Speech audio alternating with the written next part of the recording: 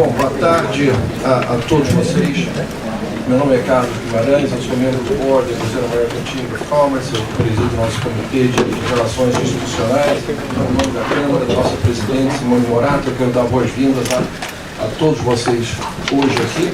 E, mais importante, governador, agradecer a sua presença e da sua comitiva. É um prazer tê-lo aqui hoje e escutar um pouco as suas observações sobre um plano ambicioso que o governo do Rio de Janeiro tem em relação à parte ambiental e transformar o Rio de Janeiro em um hub de energia limpa, que é algo muito dentro das características do Rio de Janeiro. Eu acho um projeto muito emblemático. A gente tem muita curiosidade em escutar o que o senhor e a sua equipe estavam falando em relação a isso.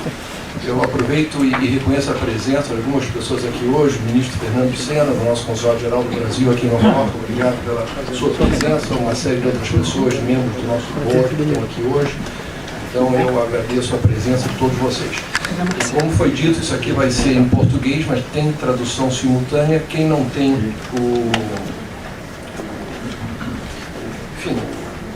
o aparelho, exato, obrigado, de tradução, é só pedir, tem alguns nas cadeiras, mas se não, os aparelhos estão à disposição de vocês. Então a ideia é que eu vou passar a palavra ao governador. O governador vai apresentar a equipe que está com eles aqui hoje, e uma vez terminada a apresentação, a gente terá uma sessão de perguntas e respostas. Então, governador, eu lhe passo a palavra e muito obrigado de novo pela sua presença aqui hoje. Muito obrigado, uma excelente tarde a todos. Queria convidar para estar aqui comigo, junto, o meu querido amigo, vice-governador e secretário estadual de Ambiente e Sustentabilidade, Thiago Pampolho,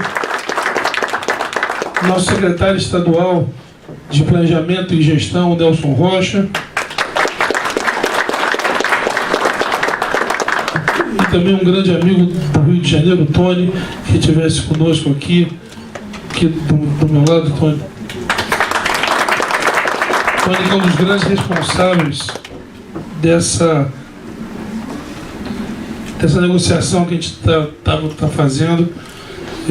Queria agradecer a oportunidade, o Valfrido, que queria estar aqui, o nosso presidente da FEComércio, o Antônio Queiroz, presidente da Associação Comercial do Rio de Janeiro, nosso Josa, também nosso procurador-geral do Estado, nosso secretário de Estado de Energia, Indústria Naval, Óleo e Gás, o deputado Hugo Leal, nosso secretário também de Desenvolvimento Econômico, Indústria e Comércio, o Vinícius Fará, e o presidente da nossa agência de energia, nossa agência estadual, o delegado Rafael Menezes.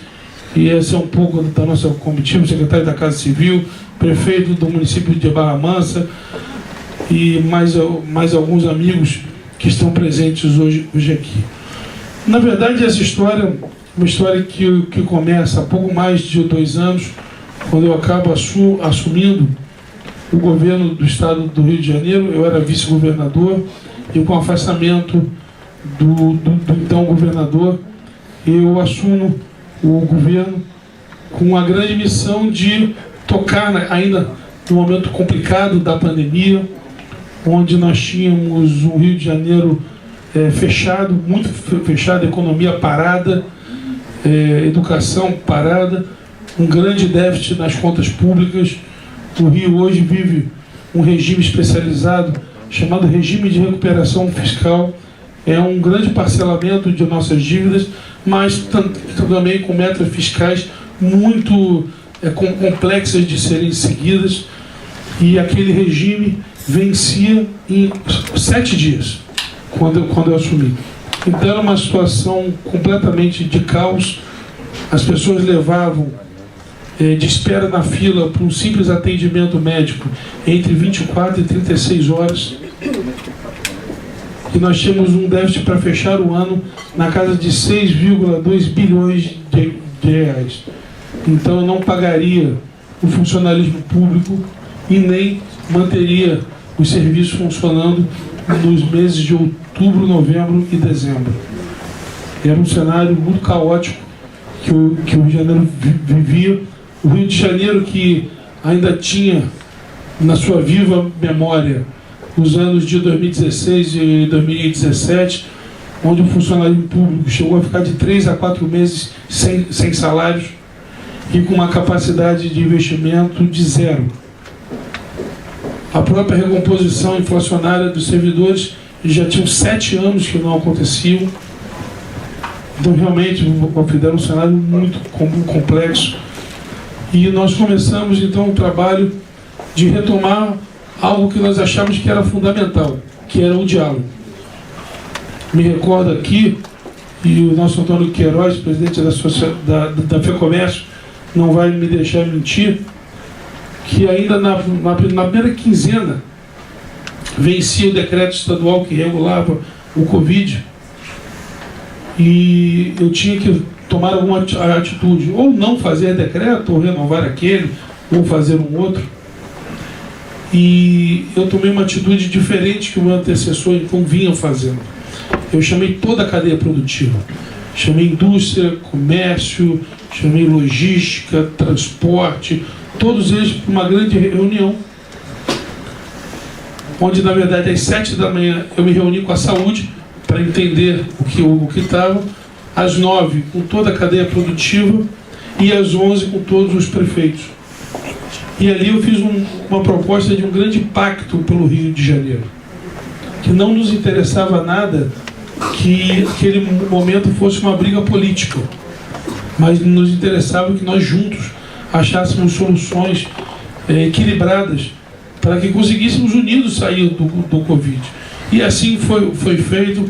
Fizemos um decreto onde a cadeia produtiva saiu satisfeita, onde cada uma delas pôde colocar os erros que achava que o decreto anterior tinha, situações que pareciam simples, mas que fazem a maior diferença. Eu cito muito o exemplo do shopping center, onde ele fez a crítica que o governo o obrigava a funcionar somente 2 horas por dia, mas naquelas 2 horas o shopping ficava entupido de pessoas. E nós saímos de lá então com a ideia do shopping funcionar 24 horas, mas somente com 30% da capacidade. Em 20 dias ele retomou todos os empregos do shopping center.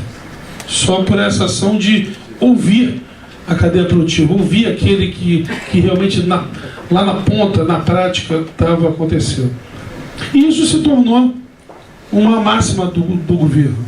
Nós percebemos que nós tínhamos que recuperar um ativo muito importante, que talvez seja o mais importante de todos, que é a credibilidade. A falta da credibilidade, ela nos rouba uma das principais molas motrizes que nós temos para caminhar, que é a esperança das coisas melhorarem. Quando você não tem credibilidade, a população olha para o dirigente e já não acredita que aquilo que ele está falando possa acontecer. E você cria um ciclo vicioso, um ciclo de eu não vou investir porque eu não acredito, como eu também não invisto, as coisas não melhoram, e como não melhoram, o governo tem que acabar tomando atitudes como aumento de impostos ou um rigor excessivo, e você vai indo cada dia mais para o buraco sem perceber. Nós começamos um governo, então, sem apoio popular nenhum, mas um governo que escolheu caminhar junto com aquele que produzia. Um governo que escolheu se aproximar da cadeia produtiva, e juntos nós íamos tomando as principais decisões. O que eram 3 salários viraram 2, o que era 2 virou 1, conseguimos pagar todos os salários, conseguimos pagar todos os fornecedores, ainda fechamos o ano que tinha uma previsão de um déficit de 6,2 bilhões, fechamos o ano com mais de R$1 bilhão em caixa, mostrando que aquele era o caminho correto. Aquele era o caminho de nós conseguirmos melhorar as contas públicas, nós conseguimos ter uma pacificação política. No meu processo eleitoral, eu tive o apoio de 85 dos 92 prefeitos, de 14 dos 20 partidos. Então, o Rio de Janeiro, que outrora brigava um com o outro, começou a ter um processo de união. de pacificação para que a gente começasse então a fazer o trabalho. Entramos no ano de 2021 já com a política pacificada, já com a economia voltando a crescer, com a empregabilidade voltando a crescer. Tem um dado no Rio, no Brasil, chamado CAGED, que é um dado que mede o fechamento e abertura de vagas de postos de empregos. Nós saímos da penúltima colocação no ano de 2021 para a terceira colocação no ano de 2022. Nós fomos o último estado em abertura de empresas em 2021 para o segundo estado de abertura de empresas em 2022. Mais de 300 mil empresas abertas em somente um ano e meio no Rio de Janeiro. Nós começamos um processo de modernização, levava 4 a 6 meses para abrir uma empresa e hoje levam 25 minutos para você abrir uma empresa no Rio de Janeiro. E aí veio a grande coroação, que foi o que mudou todo o nosso planejamento. Foi votado no Brasil o marco do saneamento. Esse marco do saneamento ele tem metas muito claras e muito difíceis do poder público batê-las. Quando então nós resolvemos concessionar parte da empresa de água e saneamento, tudo capitaneado pelo nosso secretário da Casa Civil, doutor Nicola Mittioni, e acabamos fazendo a maior concessão da história do Brasil.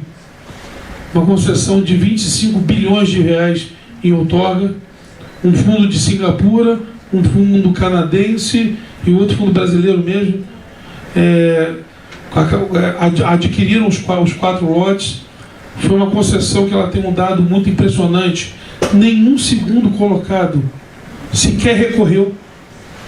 Então foi uma concessão tão transparente que aquele que perdeu, o Valfrido, ele não se interessou em recorrer, porque ele não enxergou o campo de recurso. Para você ver, ele tem batalhas judiciais da Vale do Rio Doce até hoje tramitando na justiça. Mais de 25 anos depois da concessão, ainda a briga judicial pela Vale do Rio Doce e pela SEDAI. Não há nenhuma ação proposta por ninguém, demonstrando que o Rio, que era o estado epicentro da crise, epicentro de corrupção, epicentro de tudo aquilo do subdesenvolvimento, começava então a mostrar para o Brasil que tinha mudado de patamar, que tinha mudado de forma. Mas eu digo sempre, a outorga foi o menor dos benefícios. Nós vamos ter de 5 a 12 anos a universalização de água e esgoto, tratamento e coleta para 13 milhões dos 16 milhões e meio de moradores do Rio. Teremos a limpeza total da Baía de Guanabara, a limpeza total de um outro complexo, de 2 complexos importantes, que é o do Guandu, na Baixada Fluminense, que hoje abastece coisa de 60% da população, e o de Jacarepaguá, que vai se tornar inclusive um grande ecoparque capitaneado pelo nosso vice-governador. Limpezas de rios, córregos.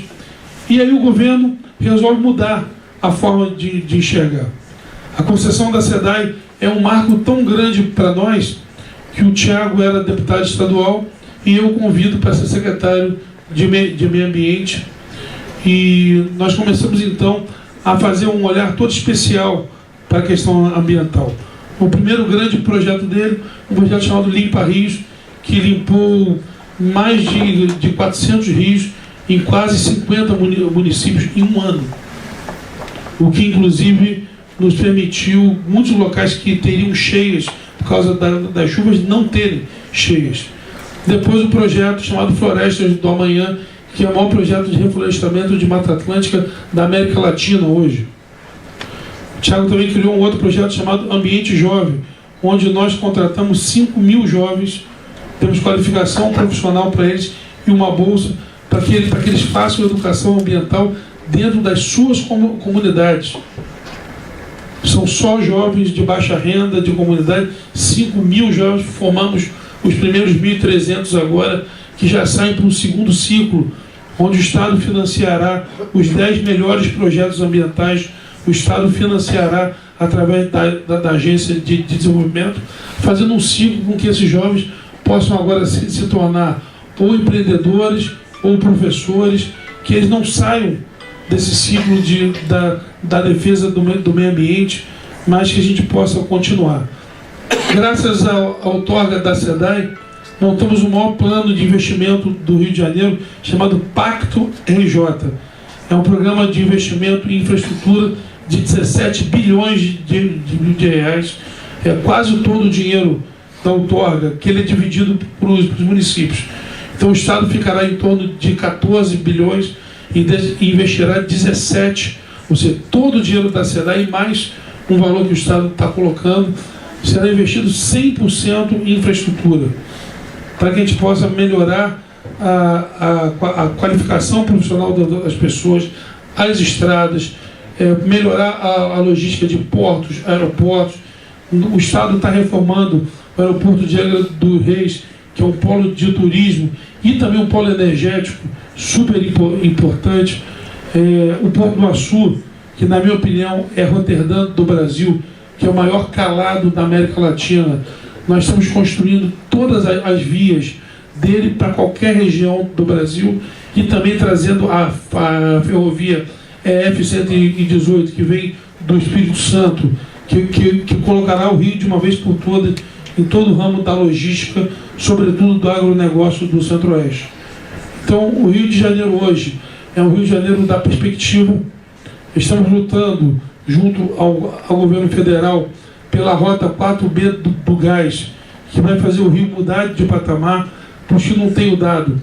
Dentro do território do Rio de Janeiro estão hoje 83% do petróleo de todo o Brasil e 64% do gás de todo o Brasil, ele está no Rio de Janeiro.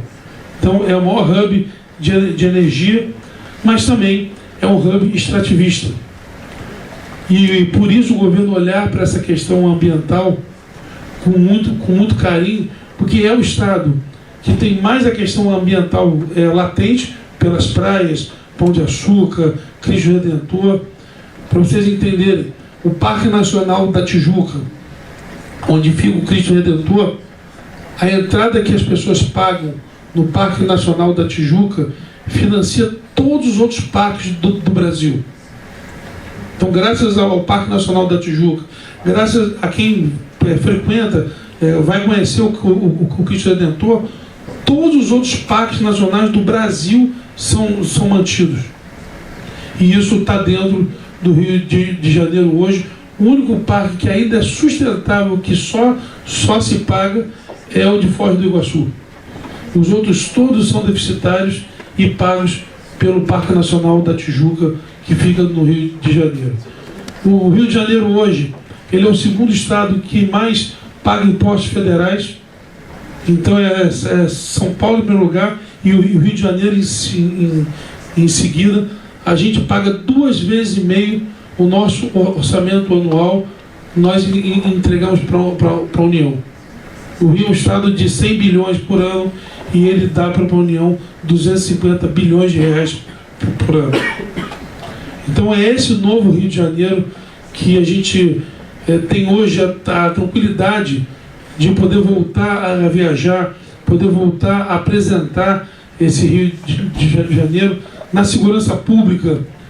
Nós temos os melhores índices dos últimos 10 anos. O homicídio doloso é o menor índice dos últimos 31 anos da série histórica, desde que começou a aferir. O menor número é o que a gente vive hoje. Na nossa ala turística, nós temos um corredor turístico onde os índices são menores que Paris, Milão, inclusive que Nova York, medidos pela revista Times, que mediu. A capital do Rio é a 14ª capital mais segura do mundo. Infelizmente, nós tivemos ao longo da história os nossos problemas muito esviscerados. Mas é esse Rio de Janeiro que hoje recupera a credibilidade. Voltamos a operar no azul. O Rio de Janeiro hoje tem 12 bilhões de reais em caixa para fazer os investimentos necessários. O Rio não tem, pelos próximos 6 anos, nenhum problema de folha de pagamento. Vai trabalhar com a maior tranquilidade pelos próximos 6 anos. E ainda tivemos o advento agora do nosso primeiro fundo soberano, onde já depositamos no fundo soberano 3 bilhões de reais. Então o Rio, que há 2 anos atrás precisava de 6,2 bilhões para fechar o ano, hoje tem mais de 15 bilhões em caixa, com a tranquilidade de poder fazer bons negócios. Inclusive o IPO de uma parte da SEDAI que ficou, a renovação do gás, que sempre, porque estava com a corda no pescoço, fazia antecipadamente.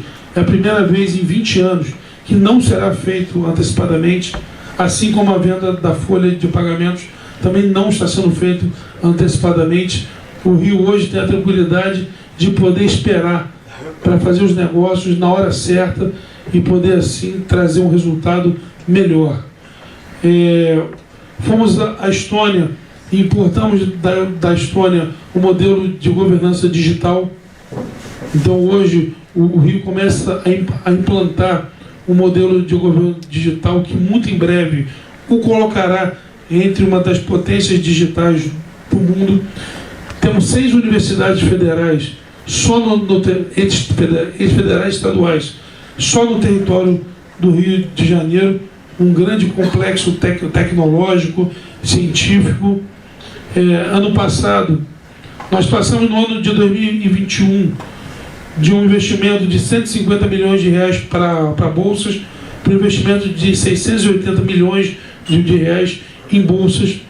Abrimos mais 11 unidades do que chama da FAETEC, que é o nosso equipamento de qualificação profissional. Estamos levando saúde para o estado inteiro. Hoje eu estou construindo, no dia de hoje, 40 novas unidades de saúde. Nós vamos, em 1 ano e meio, universalizar a saúde para cada canto do Rio de Janeiro. Infelizmente, ainda hoje, pessoas levam 3, 4 horas de carro ou de van para buscar um atendimento. Isso vai acabar. Toda a questão oncológica e cardiológica será resolvida no Estado. E também uma política importante, que é a política da mulher, onde nós criamos a primeira Secretaria Estadual da Mulher, para que a gente possa olhar a mulher transversalmente no Estado: saúde, segurança, qualificação profissional, papel da mulher na sociedade. É uma das pautas principais do governo hoje, é a pauta da mulher, e nós estamos conseguindo recuperar aquilo que eu falei lá atrás. É essa palavra mágica, mas que muda tudo, que é a credibilidade. Nós retomamos as pautas sociais, já abrimos 7 restaurantes populares a R$1, que serão 26 até o fim desse ano, praticamente erradicando toda a questão de insegurança alimentar. Todas as regiões, as pessoas farão as 4 refeições, onde é o que hoje a OMS diz que a pessoa tem segurança alimentar. Estamos com o maior projeto hoje de habitação popular, são 10 mil unidades por ano que o governo já está entregando. Enfim, é muita notícia boa, óbvio, é uma grande caminhada pela frente ainda. Outro ativo, para finalizar, é a questão da redução da carga tributária. Fizemos a maior redução da carga tributária da história do Rio de Janeiro. É o nosso combustível que tinha a maior alíquota do Brasil, hoje tem a menor alíquota do Brasil. Fizemos investimentos importantes, diminuindo o imposto do varejo, também da indústria, da logística. A gente está com uma redução muito responsável, mas muito profunda da carga tributária, porque só unindo qualificação profissional, infraestrutura, imposto condizente, que você vai conseguir fazer o verdadeiro desenvolvimento. E a nossa escolha é um desenvolvimento sustentável. é um desenvolvimento verde, um desenvolvimento onde a gente possa desenvolver sim, mas não criar essa dicotomia entre o desenvolvimento e o meio ambiente, mas criar, na verdade, uma sinergia entre eles, que cada empreendedor saiba que ele tem o seu local de responsabilidade na sociedade. E aí vem essa negociação que a gente ainda está fazendo com a Nasdaq, para que essa primeira plataforma seja física no Rio de Janeiro, até pelos ativos ambientais e verdes e de crédito de carbono que o Rio tem. Aliado a isso, já começamos a procurar as grandes certificadoras, porque não adianta você ter uma plataforma e não ter a certificadora.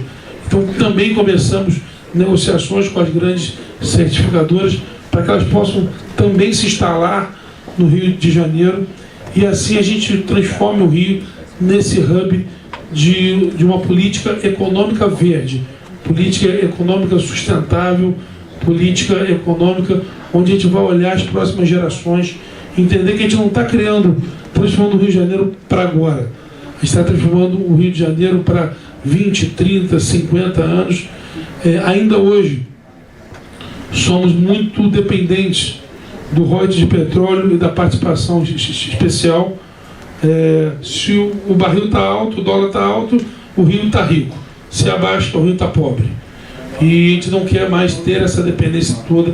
Por isso a importância de novas matrizes econômicas, por isso a importância de utilizar esse nosso capital, essa nossa possibilidade da logística e da economia verde, que aí você vai trazer o turismo, o comércio, você vai trazer tudo nessa onda verde que o Rio de Janeiro está buscando, mas não cai do céu. Isso tem que ter muito trabalho, tem que ter muito investimento, tem que ter muito foco.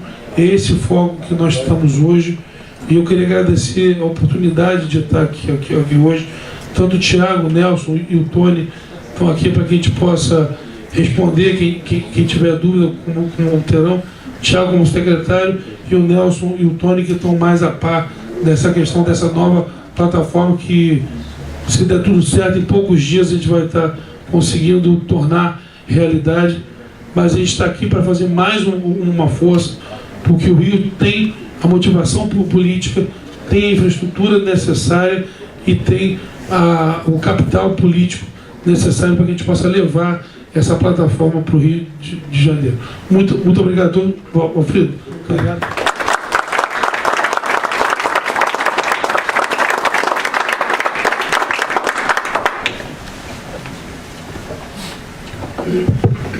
Bom, governador Cláudio Castro, Alfredo, Nicola, Carlos Guimarães, Henrique, todos os presentes aqui, cumprimentar nossos secretários presentes. O governador já explanou aqui e colocou muito bem, apresentando o Estado do Rio de Janeiro como um todo. E aqui me cabe, de uma forma bem singela e objetiva, uma aba da nossa política ambiental do Estado, apresentar alguns ativos, algumas nuances nossas que nos conecta com o anseio mundial de proteção ambiental, de pegada de carbono, que é extremamente necessário e urgente e que o Rio de Janeiro tem feito o seu papel a contento. Queremos estabelecer com os Estados Unidos, com a América como um todo, com os países que estão na vanguarda ambiental, parcerias para que a gente possa otimizar as nossas ferramentas e a gente possa também estar cada vez mais preparando o Estado do Rio de Janeiro para viver esse novo tempo. Um tempo que nós temos que ajudar o planeta a limitar o aquecimento global e até 2 graus Celsius até 2050. Caso isso não ocorra, nós estaremos abrindo mão da nossa existência humana. Então o Rio de Janeiro está cumprindo o seu papel, mas é necessário que todos nós estejamos de mãos dadas. Nós temos no Rio de Janeiro 40 unidades de conservação, áreas exuberantes de Mata Atlântica, com espécies nativas de várias regiões do mundo, que também estão no Rio de Janeiro. Nós temos espécies de fauna fantásticas. Nós queremos ampliar a nossa área de cobertura vegetal, e isso foi pactuado na COP26 pelo Estado do Rio de Janeiro. Nós comprometemos que até 2050 nós vamos reflorestar cerca de 10% mais o nosso território. Hoje nós temos 30% do território do estado do Rio de Janeiro com cobertura florestal, e nós temos estratégias claras e bem desenhadas para isso, seja na restauração de mata nativa e seja na política de desenvolvimento florestal, que é o que o Rio de Janeiro tem apostado. Nós acreditamos que através disso nós vamos fazer a pegada de carbono, nós vamos gerar emprego, gerar renda, gerar energia limpa e criar um ciclo de positividade para o desenvolvimento sustentável do estado do Rio de Janeiro. Então nós estamos vocacionados nessa luta e queremos parcerias. Então uma das dos nossos anseios estarmos aqui é para a gente poder levar também boas novas nesse sentido para o Rio de Janeiro. Nós temos, como o governador bem colocou, a maior política socioambiental já vista na história do Brasil, que foi propiciada através da concessão dos serviços de saneamento. Como nós sabemos, um dos gargalos climáticos do Brasil é a questão do metano. A forte agricultura, também a poluição, faz com que esse seja talvez um dos principais problemas que o estado do Rio de Janeiro e o Brasil como um todo vê e enxerga que nós precisamos superar. No Rio de Janeiro nós temos políticas agressivas nesse aspecto também, através do Conexão Mata Atlântica, que é um programa que faz o pagamento por serviços ambientais para proprietários rurais adequarem as suas propriedades, adquirirem ferramentas para uma agricultura de baixo carbono, protegendo suas reservas legais, suas faixas marginais de proteção, garantindo segurança hídrica para toda a população, plantando. Então nós queremos também aprender expertises da América para levar para o Rio de Janeiro e otimizar isso. Nós acreditamos que sermos parceiros de quem empreende no campo, de quem cria subsistência no campo, também é um mecanismo de avançar na política ambiental. Nós também, através da concessão, como eu vinha falando, estamos num processo franco de redução de emissão de gases de efeito estufa como metano. A gente está diminuindo a contribuição de esgoto, chegando in natura em litros e litros, milhares de litros diários nas lagoas, rios e oceanos. Então, com essa medida, nós estamos fortalecendo também mais um eixo da nossa política climática. Não podíamos deixar também de citar energia. O Estado vive da sua vocação do óleo e gás. É claro que nós temos lutado muito para que a gente possa fortalecer as nossas outras vocações, como o turismo, como logística, enfim, como várias outras que o governador citou aqui. Mas o óleo e gás é sim uma essência do Rio de Janeiro. O que nós precisamos apostar é que de forma sinérgica a gente também implemente energias limpas, energias alternativas. Nós acreditamos que a força do óleo e gás do Rio de Janeiro pode ser um grande indutor também para energia limpa. Nós temos hoje no estado do Rio de Janeiro, está aqui nosso secretário de Energia e Economia do Mar, posso falar assim? E nós estamos com o Hugo aqui, nós temos 9 plantas sendo licenciadas nesse momento para recebermos a eólica offshore. Algo moderno, algo que eu pelo menos fico muito entusiasmado, porque a gente enxerga que energia limpa, energia como essa eólica, solar, o biogás e muitas outras, não pode competir com a nossa vocação principal, mas temos uma auxiliando, uma estimulando a outra. E é isso que a gente tem perseguido no Estado. Nós criamos uma série de programas voltados para a pauta climática e também para a implementação dos Objetivos do Desenvolvimento Sustentável da ONU.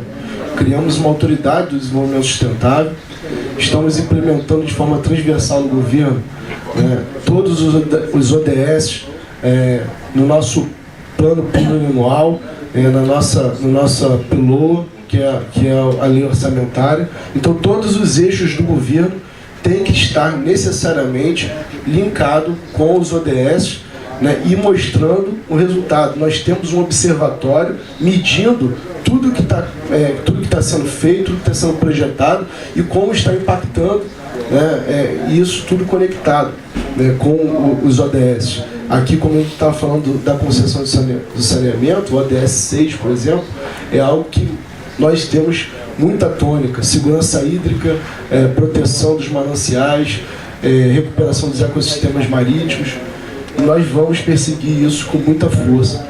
Então, nós queremos colocar à disposição o Estado do Rio de Janeiro de todos.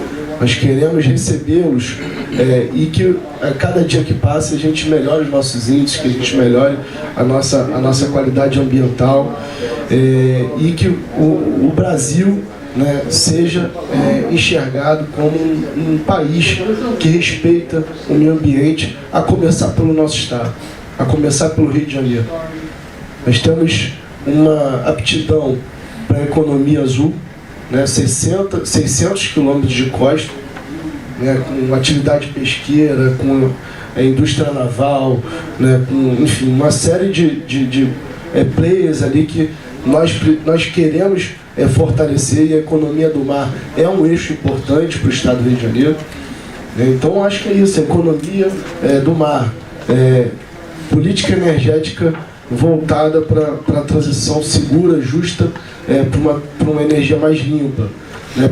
Restauração, e tendo como foco principal mitigação, para a gente poder fazer com que a população sofra menos, adaptação, para a gente preparar as cidades e não viver o que nós vimos, por exemplo, a cidade de Petrópolis passar por um dos episódios mais tristes que nós já vivemos.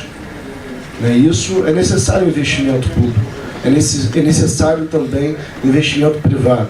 Então nós temos que estar preparados, empresas, governos nacionais, subnacionais, em parceria. Nós temos mecanismos para isso, mecanismos institucionais de governança e mecanismos financeiros. Por exemplo, hoje no Estado do Rio de Janeiro nós temos o Instituto Rio Metrópole, que foi, sem dúvida nenhuma, foi o órgão que possibilitou a gente conseguir avançar na concessão do serviço de saneamento. Por que não sonhar com a concessão de serviços de resíduos sólidos, por exemplo? É algo que a gente quer entender como podemos progredir nessa pauta. Otimizar a nossa questão de resíduos, produzir energia, produzir riqueza, gerar emprego a partir disso. Então, enfim, eu queria, de forma muito clara, trazer aqui essas notícias boas do Rio de Janeiro, né? São muitos os temas, são muitas as demandas também, muitos desafios, mas nós conseguimos suplantar muitos deles porque nós temos também o mecanismo financeiro. Nós temos uma carteira de restauração que nós temos na conta na ordem de 600 milhões para investir.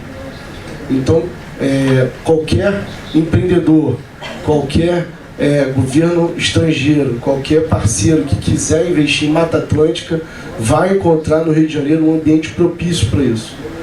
Um ambiente onde o dinheiro que for aportado, nós temos a segurança que será investido. Nós temos também a contrapartida do Estado, sem depender de ninguém, para botar o mesmo valor, o mesmo recurso e duplicar o investimento. E nós temos condições de fazer isso sem que isso passe necessariamente pelo Tesouro. Nós recebemos por um fundo e esse fundo paga diretamente, né, as políticas ambientais que foram escolhidas, que foram definidas em parceria. Então isso ajuda muito. Então eu queria colocar aqui isso à disposição dos senhores e das senhoras, agradecer muito o momento.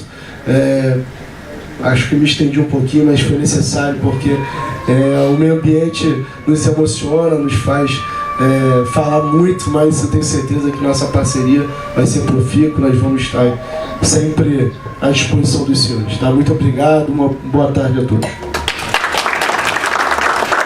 Só para não fugir, nós trouxemos aqui um caderno São cadernos de possibilidades de investimentos, algumas empresas que estão fazendo esse investimento no Rio de Janeiro hoje, tem inglês e português, um pouco do que a gente vem trazendo nos últimos anos, e vocês podem olhar que são grandes empresas, investimento realmente de um vulto muito grande.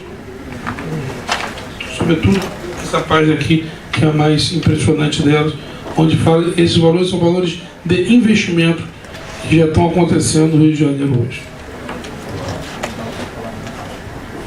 Meu caro governador Cláudio Castro, meu caro vice-governador Thiago Pampolha, peço uns minutinhos aqui para, em nome do IRI, quero agradecer a confiança do governo do Estado do Rio de Janeiro no IRI, nessa nossa parceria. Para quem não me conhece, meu nome é Henrique Machado, sou presidente do Núcleo de Mercado de Capitais e Mercado Financeiro do IRI. Quero agradecer ao nosso anfitrião, Carlos Guimarães, por essa festa, e a todos vocês que nos prestigiaram. Queria falar um pouco de como o IRI tem uma enorme alegria, uma honra de participar desse momento, desse resgate histórico de uma Bolsa Verde. A Bolsa que já houve no Rio de Janeiro e que vai voltar a ter, é uma visão para o futuro, com o que o governador acaba de descrever da sua gestão, que é impressionante, e para nós, então, estar aqui nesse momento é sensacional. O IRI cobriu a COP27 com o ex-senador Jorge Viana, atual presidente da Apex. A gente tem também agora desfalcado nosso IRI Direitos Humanos, com o atual ministro de Direitos Humanos, o Silvio de Almeida, nosso ex-sócio, e a certeza de construir um país mais inclusivo, mais sustentável, com foco em governança, em meio ambiente, na defesa de direitos sociais.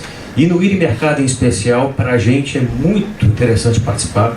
Ao longo dos últimos 2 anos, a gente tem criado debate com as principais autoridades do país, na área monetária, na área de mercado de capitais, para divulgar novos instrumentos, novos ativos verdes, novos bonds, a ligação sustentável com o agronegócio, por meio do FIAGRO, por meio dos instrumentos verdes de captação para o agronegócio, incluindo agora para toda a indústria trilionária de fundos do Brasil, ativos verdes, com parte dessa indústria, aumentando ainda mais a capitalização.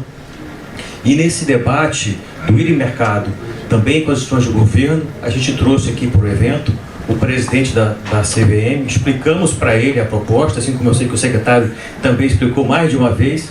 Ele mandou um abraço, aliás, mandou um abraço para o governador, mandou um abraço para o secretário. Trouxemos daqui o presidente da CVM, João Pedro Nascimento, vai falar um pouco também sobre o que a CVM continuou fazendo e tem feito, e do apoio institucional para essa iniciativa do governo do Estado do Rio de Janeiro. Vamos lá, Tatiana. Good morning, everyone. My name is João Pedro Nascimento, and I am the chairman of the Brazilian Securities and Exchange Commission, CVM. Firstly, I would like to congratulate the Brazilian American Chamber of Commerce and the IREE Mercado for the organization of this important event in New York to discuss the green economy and the new business opportunities and frontiers being opened in connection thereto.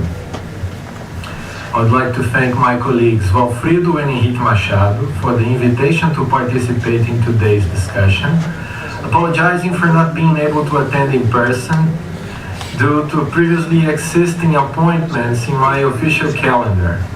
I would like to show my deep respect and appreciation for all the other members of today's panels. And in the name of all participants, and asking for forgiveness for not mentioning someone else in specific, I address to Mr. Cláudio Castro, the governor of the state of Rio de Janeiro, along with Mr. Thiago Pampolha, as a demonstration of deference to every other participant today.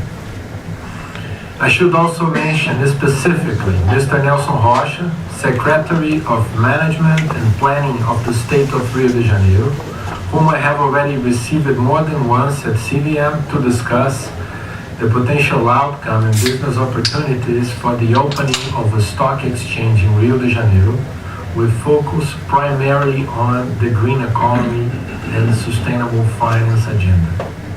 As a citizen of Rio de Janeiro, I would say thank you, and I would congratulate you for having such an important item on your agenda.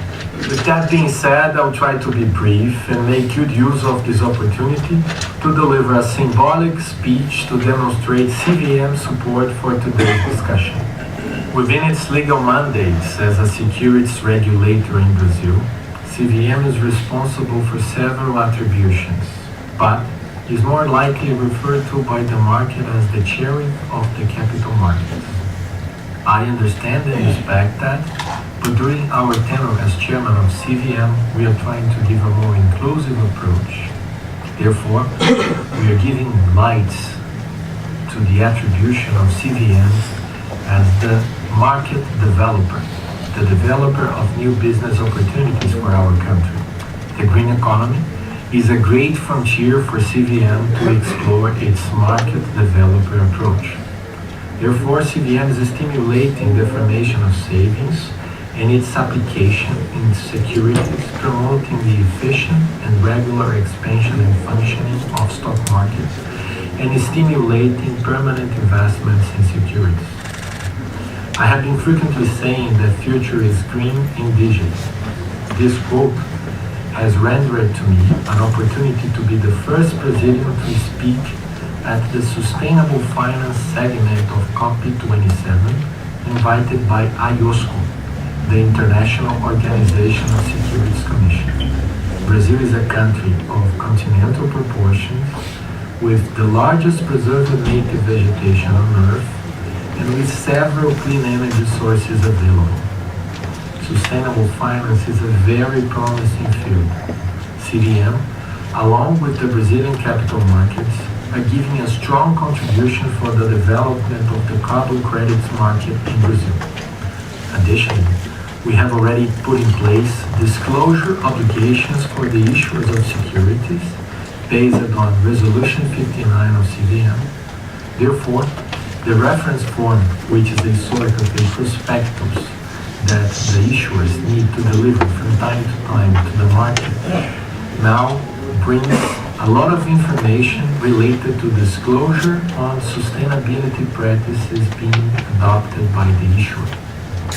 Recently, with the new regulation of mutual funds, among other innovations, we have expressly authorized the consideration of environmental assets, including carbon credits, as potential assets for investment by mutual funds. We are confident that the defense of the green economy is not only important for the sustainability perspective and in the context of controlling the climate changes, but is also a big market being opened up for Brazil. This is an important field to create several opportunities for social development of our country. We are frequently engaging on international forums and asking other regulators, how can we support market to develop in this area? With the perspective of the carbon credit and having in mind that this is an international market, we need unification of standards, comparability so as to avoid unnecessary difference and to create a comparable market with taxonomy. With that in mind, we will certainly facilitate efficient allocation of capital on an integrated global market. CVM is moving forward to a strong, sustainable market and will follow progressive paths down the road. Hope this is useful. We wish you all a great event, asking you to invite me next year so that I can also feel the winter of New York and learn with you all. Have a good event, have a good one. Bye-bye. A Bolsa é uma infraestrutura de mercado, é um dos grandes desafios de regulação, autorização no Brasil. Os ativos podem ser valorizados, podem ser observados pelo Banco Central, mas o que a gente viu em todas as conversas é que há um grande alinhamento para que esse projeto aconteça e o interesse para que o Brasil, e em especial o Rio de Janeiro, seja um polo para a compra e venda de ativos verdes, créditos de carbono no Brasil. É um futuro brilhante que só para frente, e acho que ela vai te passar a palavra para quem é o homem na frente desse projeto. Realmente, obrigado, Gandu, obrigado, Carlos Guimarães. Secretário. Obrigado. Bom, já boa tarde, né, a todas e todos. Primeiro dizer da minha satisfação de estar aqui, podemos falar sobre eu disse que eu não vou falar sobre economia. Não vou falar sobre economia verde. Eu queria falar sobre humanidade e sobre objetivos do desenvolvimento sustentável. Muitos vão estar perguntando aqui, mas como é que você não veio aqui para falar da bolsa, dos ativos sustentáveis e como isso interfere? Sim, mas é preciso que todos nós tenhamos em mente que o objetivo final não é a economia, não são as finanças, mas é o ser humano. É o ser humano que nós precisamos atingir, e nós já estamos experimentando no mundo todo o aquecimento global, tudo que leva a crer que, se não tomarmos alguma medida, e é por isso que esse mercado existe, o mundo e o ser humano sofrerá consequências gravíssimas. É a partir daí que a gente entende que a economia entra, e entra especialmente com o seguinte significado: independentemente de correntes, quem acredita em Adam Smith ou quem acredita em Karl Marx, não importa, todos sem exceção entenderam ao longo da sua história que valor econômico era o que se aproveitava entre a extração e o descarte, como se aquilo só existisse e não levávamos em consideração nem o custo que tínhamos para explorar, nem o custo do descarte. E hoje a economia, graças a Deus, conseguiu perceber de que nós precisamos considerar toda a cadeia, de tal forma que tanto a exploração quanto o descarte também são valores econômicos e estão contemplados. Pode passar? Então, o que é o projeto em si e como a gente faz esse projeto atingir o seu objetivo final, seja dos ODS, dos Objetivos do Desenvolvimento Sustentável, como colocou aqui o Tiago Pampolha, né? Seja por conta de que a humanidade precisa sobreviver. Então a ideia é criar uma infraestrutura que começa como uma plataforma, que vira uma bolsa na frente. Plataforma, eu queria dizer para vocês que já existem no mundo hoje umas 80. Então, é mais uma, claro, que com uma tecnologia como a da Nasdaq, obviamente que é muito mais sensível e muito mais poderosa, mas já existem várias. Então nós começamos a pensar por que não ter também uma bolsa, que seria natural a existência de uma bolsa, tendo em vista o quê? Os ativos, esse tipo de ativo, ele normalmente gerará um derivativo. Por quê? Porque alguns projetos levam alguns anos para serem maturados. E é preciso que a gente crie as condições financeiras, e isso é que faz o mercado funcionar. Então, esses derivativos precisam necessariamente de uma bolsa de valores. E é a partir daí que nasce o conceito, e a gente fala inicialmente de crédito de carbono, mas não é só crédito de carbono. São ativos digitais da economia circular, como bem citou aqui o Tiago, da biodiversidade, que continua, porque o crédito de carbono, ele a rigor, ele terá um prazo de maturação e depois deixará de existir, à medida, imagina-se que em 2050, né, mas ele normalmente, à medida que a gente consiga reduzir as emissões, nós não teríamos para frente, mas o de biodiversidade não. Pode passar? Então a ideia é criar esses ativos, né? E por que uma plataforma, uma bolsa de ativos sustentáveis? Primeiro, é por conta da fragmentação existente hoje nesse mercado. Esse mercado hoje é muito fragmentado, são relações e negociações bilaterais que acabam fazendo com que a gente não tenha o principal instrumento de uma bolsa, que é a formação de preço. Por quê? Eu negocio um ativo, independentemente de ser mercado regulado ou mercado voluntário. Eu posso negociar com uma determinada empresa a um valor, supondo-se aí no voluntário entre 6 e 10 dólares, ou no regulado, no voluntário, e no regulado entre 60 e 100 dólares. Então vou negociar e esse valor acaba não sendo formado. Então, a desfragmentação, ela é um elemento importante que a bolsa trará por vários motivos, né? Que vão desde a transparência, que você passa a ter, a questão da standardização, ou seja, a padronização dos contratos, além da gente remover várias barreiras. E aí eu queria contar uma história para vocês, que no evento da IETA no Rio de Janeiro, um evento internacional, o ICC, que é a International Chamber of Commerce, ela apresentou, a Way Carbon fez um trabalho para eles, e eles apresentaram diversas barreiras hoje no mercado brasileiro e no mercado mundial, para que a gente possa formar esse mercado.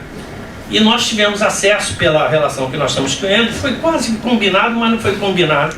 Então eles apresentaram as barreiras e eu fazia a apresentação seguinte, peguei o slide deles e fiz para cada barreira, mostrando como uma bolsa pode ultrapassar isso, né? Vão desde barreiras políticas a barreiras de mercado, enfim, todas essas barreiras econômicas que nós podemos derrubar criando essa bolsa, porque ela também tem essa facilidade e essa peculiaridade.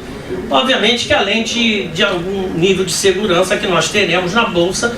Por quê? Porque a bolsa, ela tem, à medida que você tem um clearing, né, que é para assegurar de que aquela operação ela tem garantia, então obviamente que isso dá uma segurança maior, além da segurança jurídica, né, dos contratos serem padronizados, entre outras coisas. O governador aqui falou sobre a questão das certificadoras. Esse é um problema hoje existente que nós não podemos esquecer e que precisamos resolver. Isso não é um problema brasileiro, é um problema mundial, né? Hoje tem 4 grandes certificadoras, das quais uma delas, que é a Verra, sozinha detém 82% do mercado. Isso tem feito um gargalo, um engarrafamento de projetos, atrasando todo o processo de negociação desses ativos de crédito de carbono. E para a gente ganhar celeridade, precisamos ter mais certificadoras, obviamente, com qualidade, para certificar que efetivamente dar a garantia de quem está investindo de que aquele ativo, ele efetivamente mitiga a emissão de carbono, mas é preciso avançar nesse sentido, além de também utilizar modelos mais tecnológicos. O que a gente tem visto são modelos ainda artesanais que levam bastante tempo para isso. Pode passar, por favor. Então, falando um pouco da Bolsa, só para que todos entendam, o Estado do Rio de Janeiro é só o estimulador, o fomentador. É uma Bolsa completamente privada, né?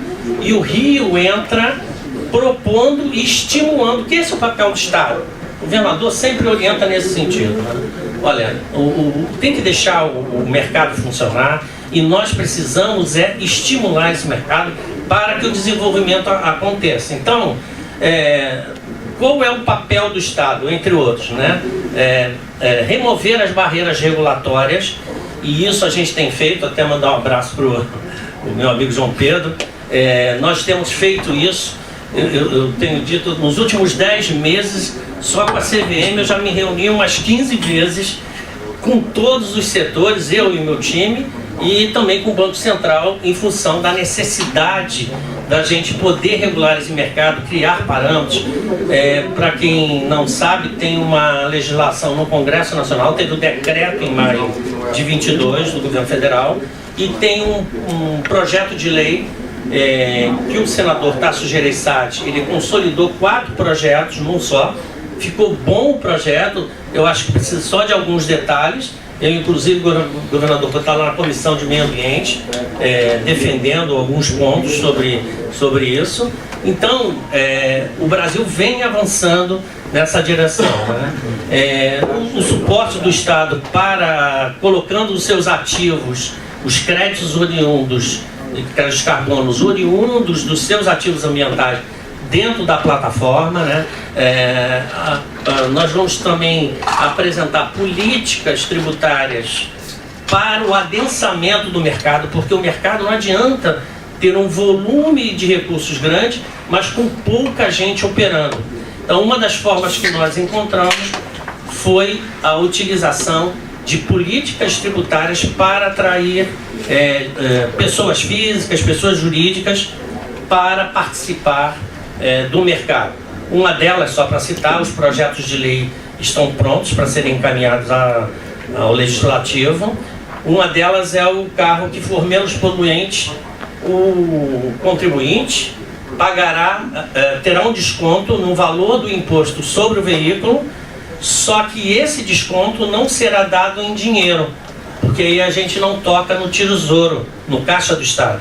Isso será dado em créditos de carbono e ele, com esses créditos de carbono, negocia. Ora, se ele negocia, você faz a bolsa girar.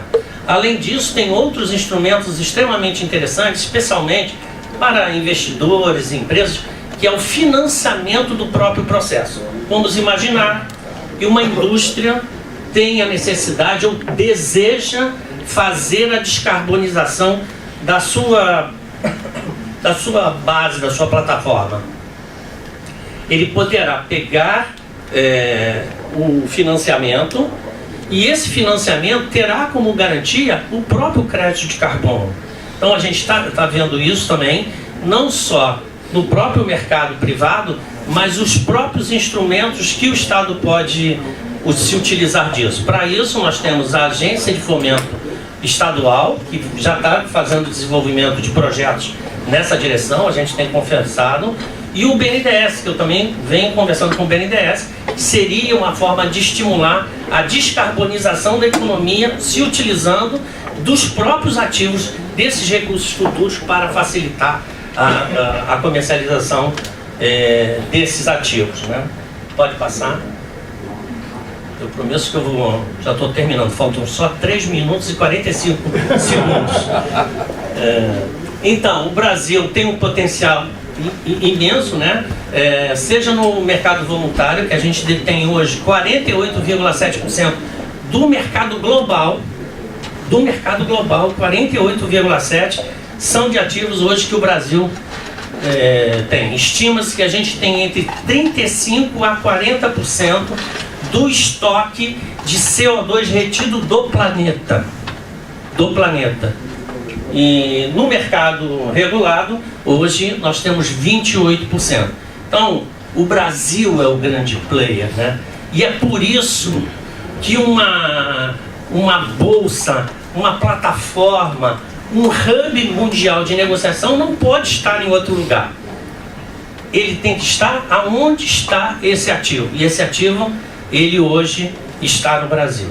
Então, além disso, a ideia, porque eu estou falando só da primeira fase do projeto. O projeto é um pouco maior, ele tem uma primeira fase que é a instalação da plataforma /bolsa, e à medida que o Brasil se consolide, e o Rio de Janeiro particularmente, que se estabeleça, né, como a referência da negociação dos ativos sustentáveis do mundo, aí entra um segundo ciclo, que é a atração de fundos de investimentos em empresas sustentáveis, que no mundo hoje negociam a bagatela de 57 trilhões de dólares.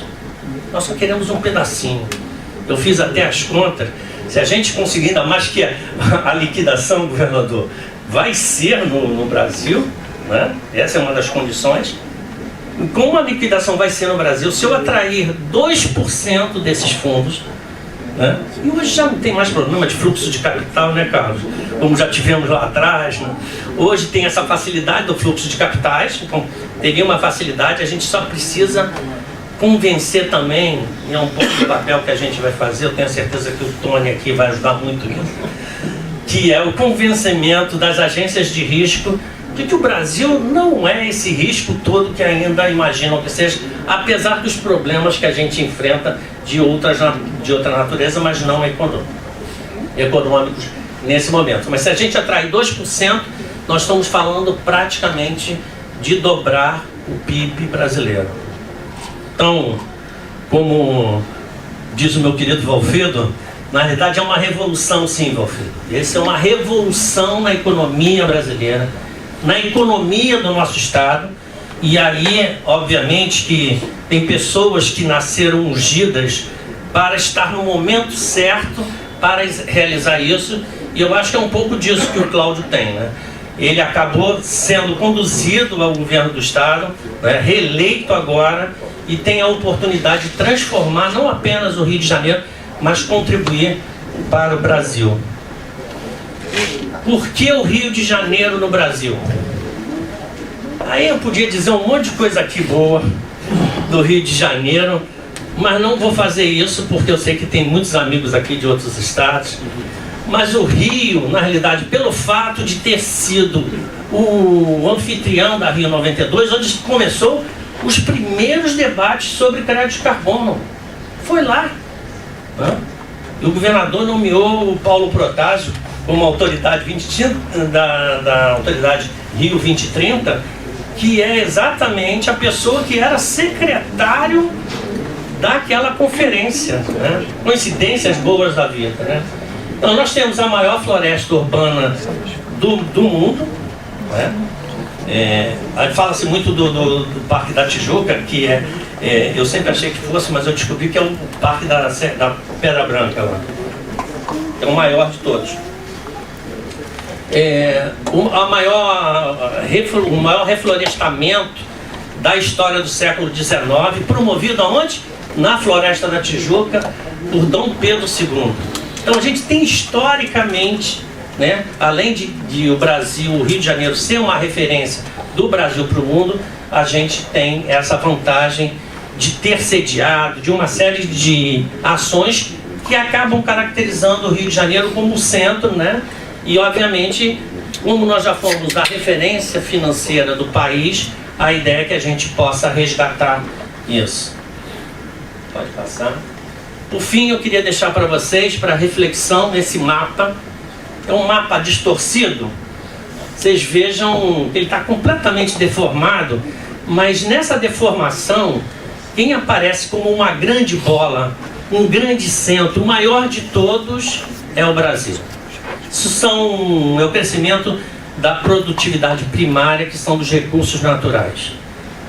Então esse mapa dá a demonstração inequívoca da importância, do tamanho do Brasil nessa nova economia. Então é com essa reflexão que eu deixo para vocês, eu queria dizer que é muito mais do que simplesmente a gente olhar para esse mapa e ver o Brasil como o maior de todos. É preciso que a gente entenda da nossa capacidade, da capacidade brasileira de transformar sim a economia mundial, de transformar a humanidade para que a gente possa retomar níveis aceitáveis, para que a gente possa ter um mundo melhor para as próximas gerações. Muito obrigado.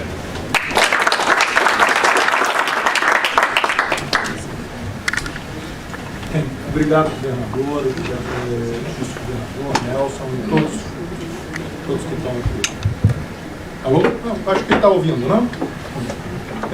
Meu nome é Tony Maciel, eu sou um dos sócios fundadores da Global Environmental Asset Platform, que é a plataforma que o Nelson, com tanto entusiasmo, descreveu agora, certo? E que a visão do governador facilitou e viabilizou ela, certo? Não só como uma plataforma de negociação de ativos, mas na realidade como uma estimuladora de uma atividade econômica. De uma atividade econômica que vai mais além, eu acho que visando mais até a segunda fase do projeto. Que a primeira fase do projeto, que é entre agora e talvez 2050, na realidade é utilizar esses ativos ambientais, crédito de carbono como principal, para de fato tampar buraco, certo? Resolver um problema que está ocorrendo e está crescendo. O ativo verdadeiro vem quando a gente consegue transformar nossas economias. E não só transformar a economia do Rio de Janeiro, liderado pela visão do governador, mas também transformar a economia do mundo, usando isso como exemplo. O papel da Bolsa, eu quero dizer, é tentar diminuir a fricção. Fundamentalmente, hoje quando eu tenho acompanhado um projeto de 3 mil hectares, eu uso isso como exemplo porque eu acho que ela é muito ilustrativa do que é o valor agregado em termos práticos, que está sendo analisado por uma empresa americana de tecnologia, uma grande, não vou falar aqui. 10 meses de diligência documental. 10 meses. Depois da diligência documental, uma equipe de 5, 10 cientistas para o local no meio do Amazonas para analisar o projeto. Então vamos dizer que entre a ideia inicial e de fato ele aprovar o projeto, você está falando de 18 meses. Entendeu? Para um projeto de 3 mil hectares que vai representar 9 milhões de dólares por ano. Nem todo mundo tem isso, nem essa capacidade analítica, nem esse tempo e nem o dinheiro do projeto que não funciona, porque aquilo virou prejuízo. Então, o papel da Bolsa um CFO em qualquer lugar do mundo que tem que atender alguns requerimentos, poder olhar em uma tela, identificar um ativo e fazer uma decisão de offset. Seja ele um fundo, como a CVM agora está autorizando, seja ele como uma empresa que está buscando offset. Então, a ideia é ser um redutor de fricção, um facilitador de juntar o capital com os ativos que são necessários. Eu vou me manter curto e deixar por aí, porque eu acho que os outros já falaram tanto sobre o ativo, tem pouco para agregar, mas à vontade para responder qualquer pergunta.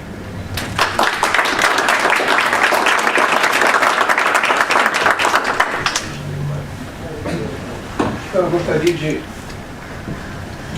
de abrir para um primeiro governador, até com um carioca que mora nos Estados Unidos há 32 anos, e agora entendo porque o senhor foi reeleito com o primeiro turno com 60% dos votos. Acho que o senhor e a sua administração fizeram no Rio de Janeiro é realmente impressionante. Eu lhe parabenizo ao senhor e à sua administração por isso. Como carioca, meus olhos brilharam, e há algum tempo que eu não vejo os olhos brilharem assim em relação ao Rio de Janeiro.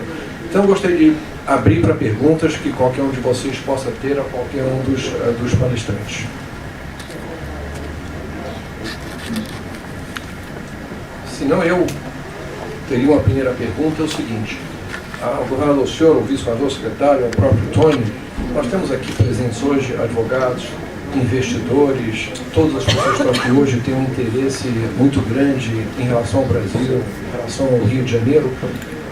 Qual seria o próximo passo? O que essas pessoas que representam essas entidades poderiam estar fazendo para apoiá-los, para ajudá-los? Qual seria a maneira mais eficiente de contato? Qual seria o próximo passo por parte das pessoas aqui hoje em relação a isso?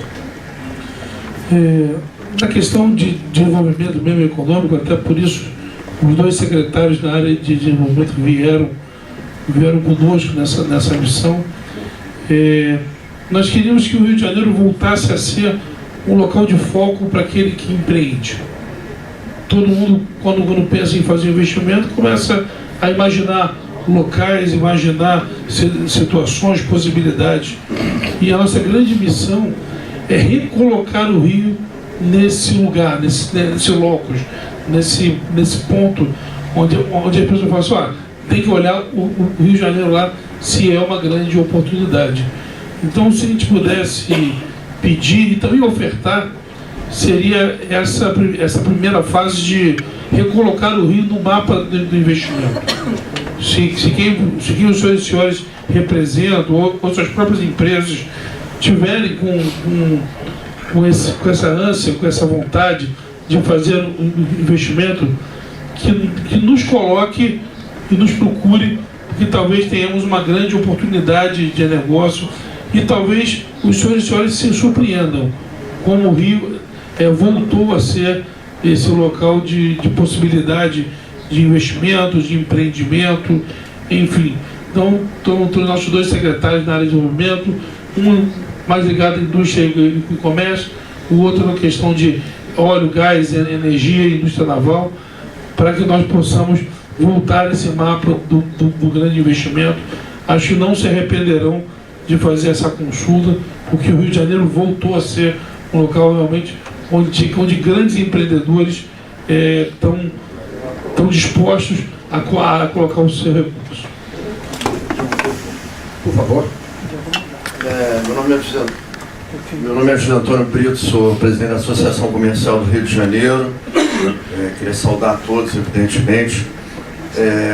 Queria dar um depoimento pessoal, particularmente sobre a privatização da nossa empresa de saneamento. Não era brincadeira essa operação politicamente complexa, cheia de demandas, e realmente foi uma coisa inacreditável o que aconteceu, a transparência, a segurança com que ela foi feita. Eu acho que o governador contou muito bem. Sequer houve uma contestação jurídica, é um caso raríssimo em privatizações no nosso país. Então, governador, eu queria mais uma vez de público, o senhor já ouviu essa palavra minha, mas aqui nos Estados Unidos, me dá parabéns ao Nicola e a todo o time, foi realmente uma coisa espetacular. E é claro, para nós, o desenvolvimento do nosso estado, a gente tem muito orgulho. Eu falava particularmente com alguém antes aqui, sobre a nossa operação no Norte Fluminense, Porto do Açu e tudo aquilo em volta, uma coisa, talvez seja hoje, o polo mais dinâmico, aonde encontra toda essa discussão de carbono, pegada de carbono, como é feita no país. É uma coisa realmente orgulhosa e quem não conhece deve visitar. A minha pergunta, governador, ela é simples. Realisticamente, com o que nós temos hoje na mão, o senhor tem uma data para início da operação de uma bolsa, assumindo que tudo corra sem grandes problemas? É uma coisa ainda possível para esse ano, só para o ano que vem. Com que data o senhor tem na sua cabeça? Muito obrigado. Obrigado. Sobre a questão, no lugar, José, obrigado, o amigo querido. Sobre a questão do Porto do Açu, só um dado assim, impressionante para quem não conhece a área territorial dele é 2 vezes toda a ilha de Manhattan. Ele tem um espaço territorial o dobro dessa ilha inteira. Então, ele já tem hoje lá,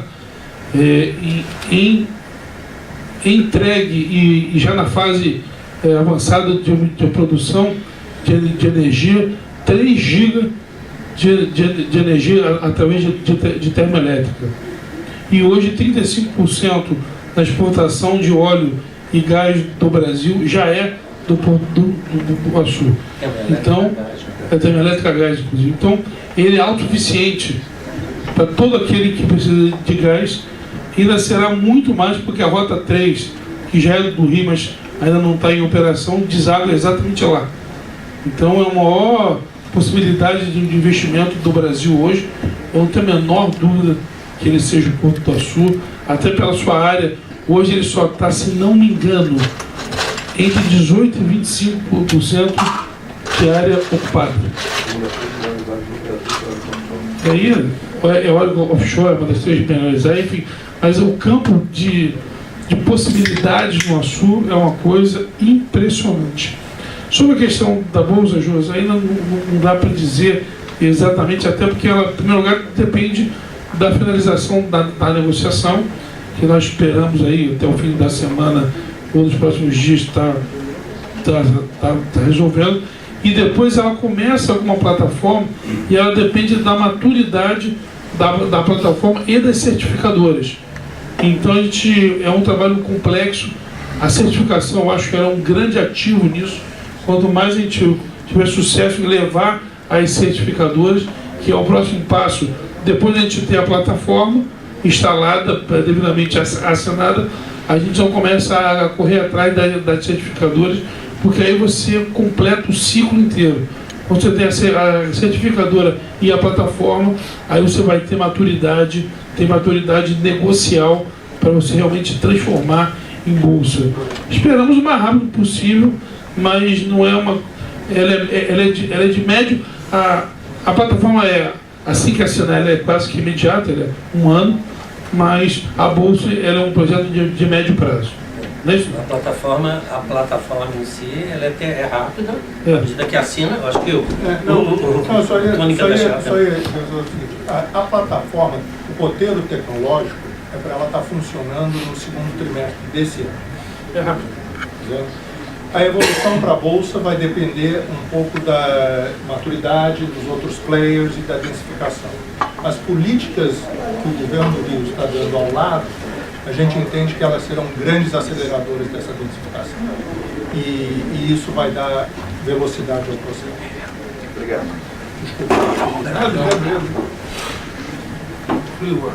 Governador, primeiramente, meus parabéns ao senhor e à sua equipe pelas falas brilhantes e pela iniciativa. Nas últimas décadas, o Brasil experimentou um desmonte da sua indústria, da sua atividade industrial e a perda de alteridade de suas vocações econômicas. isso que o senhor protagoniza hoje, que é o despontar de uma economia verde, é capaz de recobrar a autoridade e de financiar novas vocações econômicas do Brasil.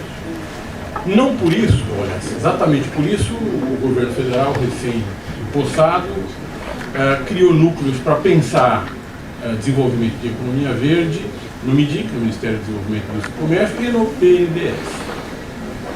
De que forma essa iniciativa que o senhor protagoniza, certamente está adiante do que vem fazendo nos últimos poucos dias do governo federal, está ou estará articulado com as iniciativas do governo federal? Na verdade, há uma obrigação de se trabalhar junto. Foi o que a gente estava conversando. A nossa perspectiva no Rio de Janeiro, a eleição acabou.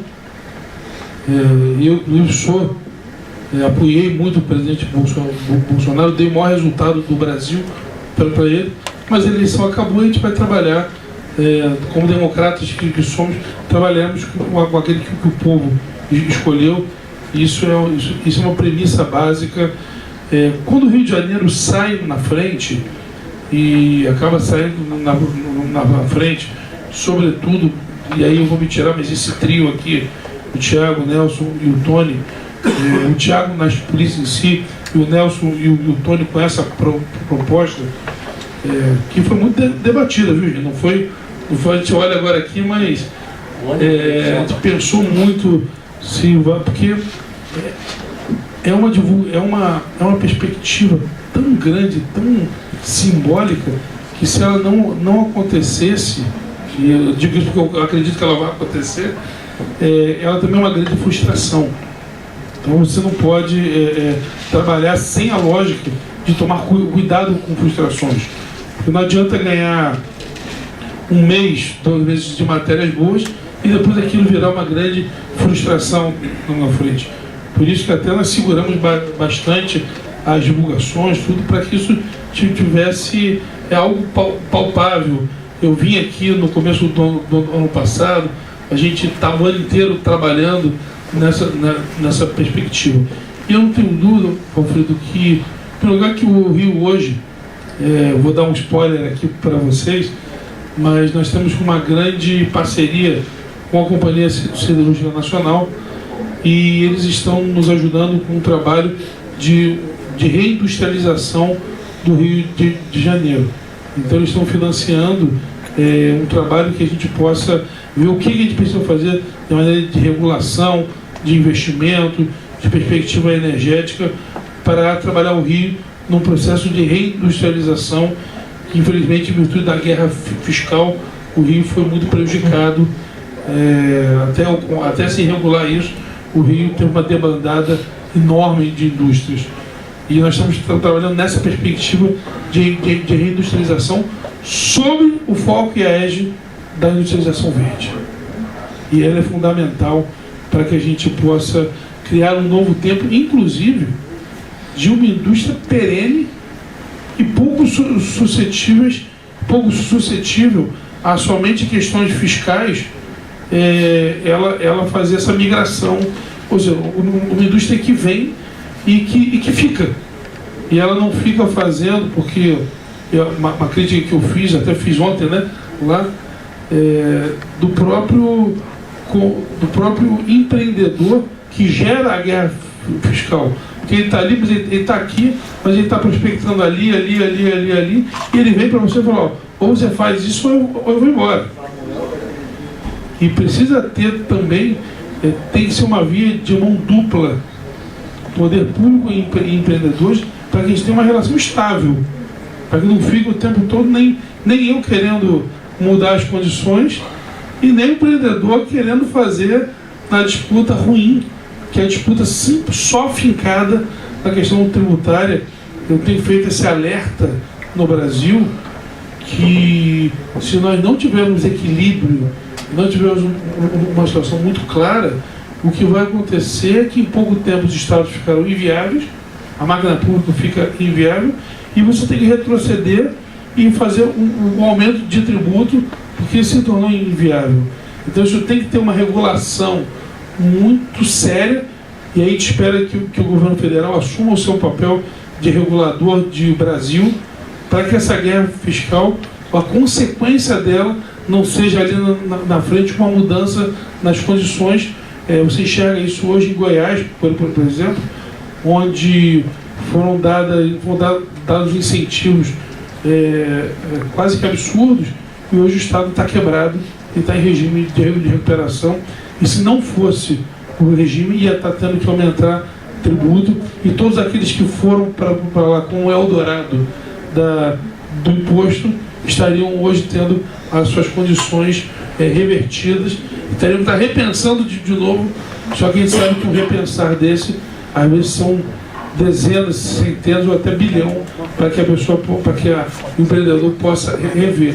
Então a gente tem essa estabilidade tributária, ela é fundamental para que quem vai empreender saiba o que está fazendo.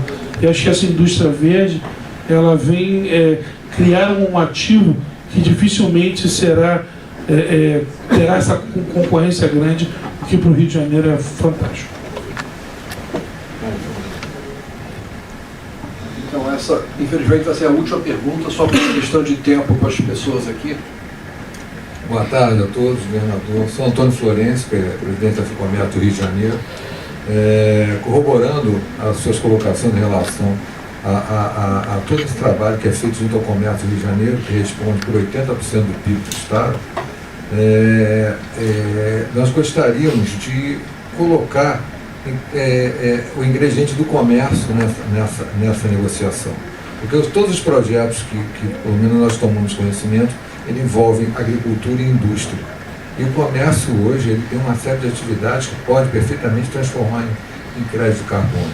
O Rio de Janeiro é um estado que, pelas suas dimensões geográficas, ele é um estado que mais gera riqueza por quilômetro quadrado. Ele gera o dobro de São Paulo e gera 17 vezes mais do que Minas. Então nós temos todas as condições para evoluir e atrair investimento. E o que o senhor colocou agora, para nós, se traduz em segurança jurídica. E é isso que o empresariado precisa, é segurança jurídica para poder investir e avançar. O exemplo que o senhor deu de Goiás, nós temos um exemplo mais lá atrás, que foi em Pernambuco, em Paulista, que houve um investimento, uma atração enorme de indústrias, e quando acabou o incentivo, todas elas abandonaram o Estado, enfim, ou seja, foi o que chamamos de um voo de galinha. Então, eu queria primeiro parabenizar o senhor pela iniciativa, que há muito tempo nós não tínhamos o Rio de Janeiro no exterior mostrando todas as suas qualidades, tudo que pode ofertar e produzir. Então, eu queria lhe parabenizar por isso, dizer do orgulho de nós, empresários do nosso Estado, em poder estar aqui com o senhor e assistindo essa iniciativa, mas eu gostaria de saber do senhor, do nosso secretário Nelson, como é que o comércio será inserido nessa bolsa, já que os projetos não contemplam, os projetos na Câmara e no Senado não contemplam o comércio nessa possibilidade de negociação. Muito obrigado a todos. É muito importante, muito obrigado. No Rio de Janeiro, comércio e serviços são vistos como infraestrutura. Você não consegue fazer empreendimento industrial, empreendimento nenhum, se você não tiver um comércio e um serviço forte e latente. Então, olhar para o comércio, incentivar o comércio, ele é inclusive ativo para que a industrialização venha.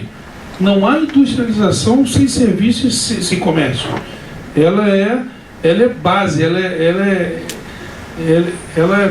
até um pressuposto fundamental para que a gente possa ter essa industrialização. Então, quando você tem um comércio que também se preocupa, ainda que não seja efetivamente no crédito de carbono, que é uma evolução que a gente vai ter que ter, mas um comércio sustentável, usando energia sustentável, fazendo a questão de resíduos sólidos sustentáveis, é fundamental para que você tenha uma infraestrutura e um ambiente de negócios que traga essa atratividade. Eu enxergo o comércio como fundamental e enxergo mais. É uma conversa que a gente vem tendo, né, Carol? O comércio, ele é base. Ele é aquela questão dos fundamentos.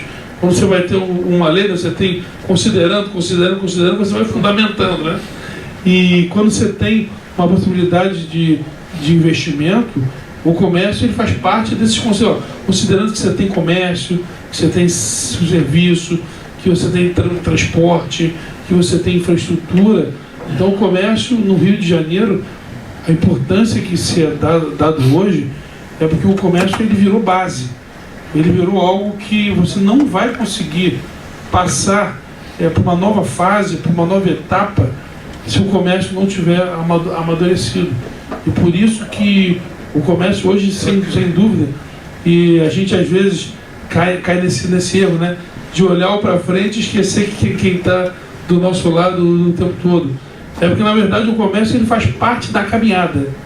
Ele jamais é esquecido, mas ele é um companheiro de jornada, ele é um companheiro de trajetória, porque sem o serviço e o comércio a gente não consegue ser atrativo em absolutamente nada. Basta você andar pela Quinta Avenida aqui, você vai ver o quanto o comércio ele é mola propulsora. Basta você olhar o turismo daqui, você vai ver como o serviço e o comércio são molas propulsoras de qualquer atividade, seja financeira, industrial ou de qualquer natureza, mas ela é essa base estruturada, que faz com que a gente consiga trazer todos esses ativos aqui. E é muito importante que o comércio faça parte dessa lógica verde, dessa lógica sustentável, porque senão você vai ter um pedaço que é indústria verde, você vai ter o resto da cadeia toda produtiva e da cadeia toda social que não segue aquilo. E não vai estar sendo uma verdade. A verdade ela só vem quando você tem uma coletividade. Aí até acho que o Nelson que falou, é o social, ele tem que vir tudo acompanhando. Senão você tem, na verdade, uma sociedade, para finalizar, eu faço o que eu falo, mas não faço o que eu faço, né? Então eu falo que o outro tem que ser sustentável, mas eu mesmo não faço separação de resíduo sólido, eu mesmo não uso energia sustentável, e por isso é fundamental que estejamos todos irmanados nessa ecologia verde.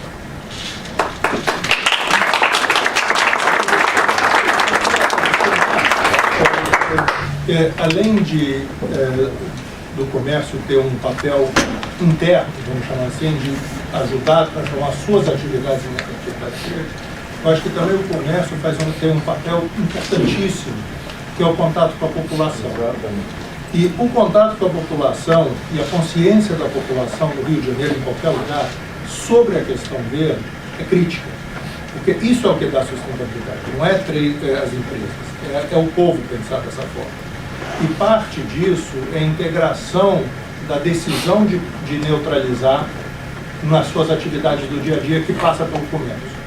Uma dos desenvolvimentos do nosso roteiro é a integração com o comércio no ponto de venda, para que o indivíduo possa tomar a decisão de se neutralizar.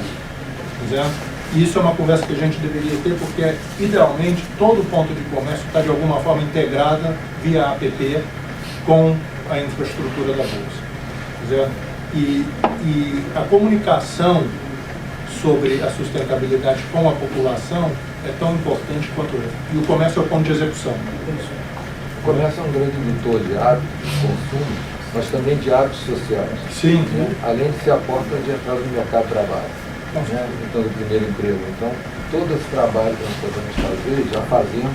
Hoje você tem grandes empresas comerciais que têm um papel preponderante, posso citar uma aqui, a Reserva, por exemplo, ela tem um papel preponderante no comércio e dá para a gente começa a pegar. E hoje é ponto de decisão de compra do consumidor. Ele leva na pessoa de compra o trabalho que aquela empresa faz de encaixamento. Quero só para complementar também, complementando, tem os níveis que você tem de obrigações.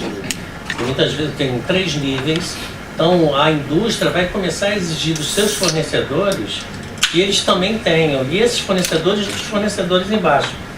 Então, obrigatoriamente, todas as empresas, dentro de uma lógica de, enfim, de mitigação da emissão, vai acabar exigindo que isso ocorra. Essa é a primeira coisa.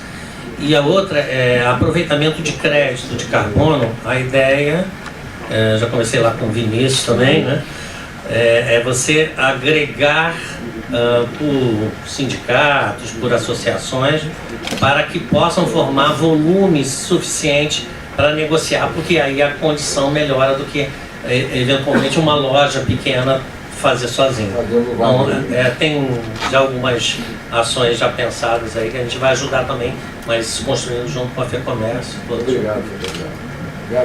Bom, olha, em função de tempo, eu peço perdão a alguma das pessoas aqui que tinham ainda perguntas, a gente assumiu um compromisso de encerrar num certo momento, mas eu não consigo, governador, deixar que o senhor saia daqui hoje sem lhe fazer uma pergunta. Nós vimos o senhor descer a rampa do Palácio do Planalto na segunda-feira passada numa atitude extremamente democrática, que eu lhe aplaudo como brasileiro, que mostrou uma união do Brasil contra episódios que foram lamentáveis. Muitas das pessoas que estão aqui viveram o 6 de janeiro nos Estados Unidos e as consequências do 6 de janeiro existem até hoje. Então, a minha pergunta é, qual é a interpretação correta do que aconteceu em 8 de janeiro e como é que é a sua visão do desenlace disso? E que efeito isto poderá ter, por exemplo, numa série de discussões que nós estamos tendo aqui hoje? No Brasil, acho que duas coisas foram fundamentais. A primeira é fazer uma dicotomia clara em quem tem o livre direito de discordar e de manifestar e aqueles que querem ir para fazer arruaça e para fazer violência. Então, quando você consegue, você tem a capacidade de entender que o livre direito de manifestação ele é justo, ele é democrático, ele tem que existir, porque senão também você tem uma sociedade que não pensa, que não tem crítica, que não tem... Então, quando você respeitar o direito à manifestação é importante. Agora, quando essa manifestação ela vai para outro lado, ela deixa de ser manifestação. Manifestante é um, criminoso é outro. E, sobretudo, no Rio de Janeiro, a gente trata criminoso com rigor da lei, com rigor das instituições que estão lá para combater esses. E quando você tem um grupo de 27 governadores, você tem no Rio, no Brasil são 27 estados e o Distrito Federal. Então, quando você tem os 27, no dia seguinte, reunidos para dizer o seguinte, olha, respeitaremos a democracia sempre, eu acho que você está dando um recado para aqueles que não querem usar o direito, o bom direito de se manifestar, mas que querem aproveitar manifestantes para descambar para um outro lado, que é um lado, aí sim, um lado totalmente antidemocrático. Acho que foi uma grande ação que os governadores fizeram, porque você tem um Brasil hoje sim, rachado no meio, a gente brinca lá entre azuis e vermelhos, e quando você tem os 27 juntos, ó, isso aqui não é lado, isso aqui é violência. Eu acho que você dá uma prova de maturidade para a sociedade e você desincentiva que esse criminoso aproveite gente boa, gente de boa fé, que está lá no seu direito de discordar, que você não use esses com massa de manobra para virar uma violência. Isso nós não aceitaremos. Lá no Rio, os poucos casos foram tratados com muito rigor e serão tratados sempre, porque a gente respeita aquele que quer fazer a sua livre manifestação. Esses nenhum teve problema algum. Os que estavam dentro dos limites da lei, os que estavam fazendo o seu protesto, puderam fazer com a maior tranquilidade. Mas nós usamos o rigor da lei para aqueles que tentaram usar esses de boa fé para fazer atos de má fé, e isso não foi tolerado no Rio de Janeiro e não será tolerado no Brasil.